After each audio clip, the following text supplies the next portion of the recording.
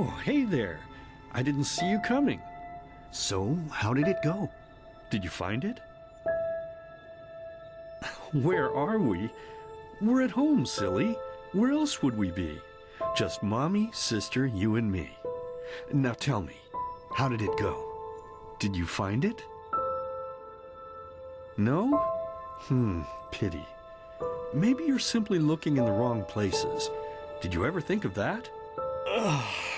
Oh well, who knows? Say, why don't you go inside and see if you can help Mommy with the cooking? The Creator was kind to us today and sent a big fat elk right in front of my bow. All right?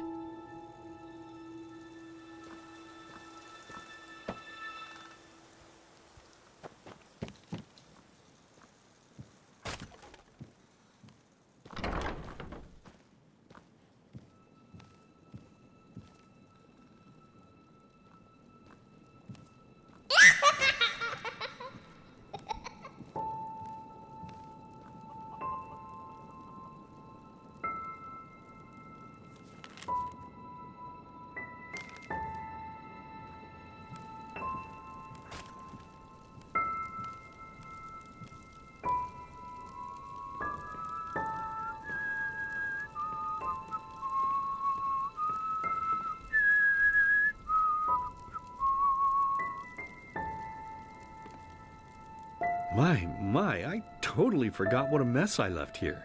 But I was right, wasn't I? A real gem we've got here. Well then, let's waste no more time and get to it, shall we? What? Now when you look at that, I totally forgot about them. They're dead, don't you remember? You murdered them back then, both of them. But hey, no use crying over spilled milk, right? At least this means there's more meat for the two of us. You still remember how to do this, right?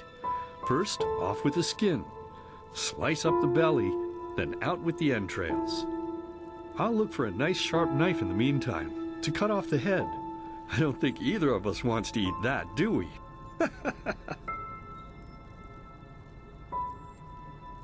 Oh, silly, what's this again? We both know that's a lie. You did it. I remember it all. First, you set this horrible fire to your sister's crib. She screamed and screamed, and Mommy heard it, but when she finally got there, nothing was left of her but burnt flesh.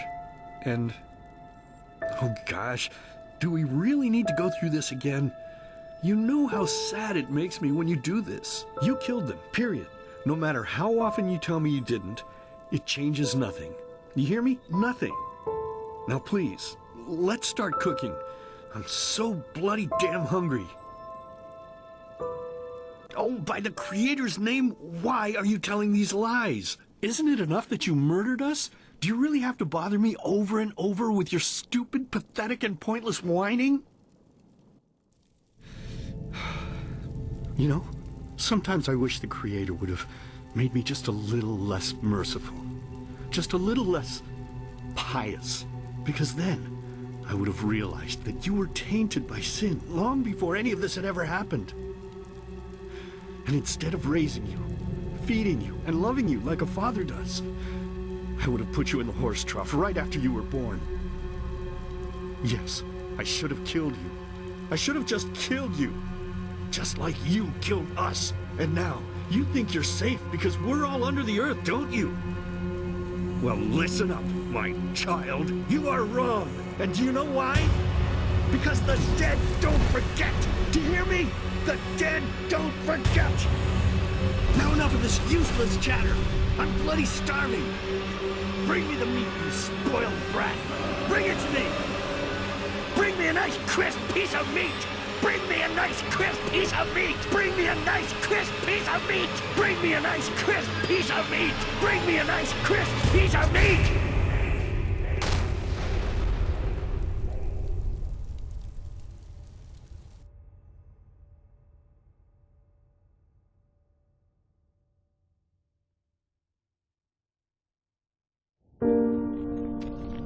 Let's begin with a question. It might sound simple to you at first, but I pray you to think about it. What What distinguishes a free man from a slave? For now, however, let us start this story where another one ended 3 years ago, with the death of the Lightborn. For 4,000 years they had reigned over this world, 7 arcanists who, through their magic, had acquired eternal life. In a time of chaos, they gave mankind what they thought it needed most, to be ruled over with an ironclad, fair hand. Within just 1 century, they united the shattered lands, and a single century later, their human origin was forgotten. They became gods, or Lightborn, as they let themselves be worshipped as. Yet the longer they reigned, the louder the voices grew that accused them of tyranny, the loudest being that of Naranzul Aranthi. And he succeeded in achieving what was once thought impossible. He gathered an army, overturned the Lightborn, and gave back freedom to mankind. However, the price for this was high, because where there are gaps of power, fights erupt. As such, this world grew into what it is today, shattered, riven, and broken into pieces.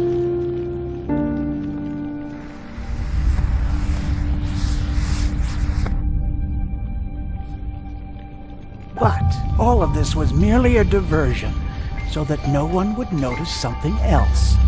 The death of the Lightborn had set something into motion, clockwork. Having long stood still, its gears now once again slowly began to turn. This is the story of someone who wanted to be free.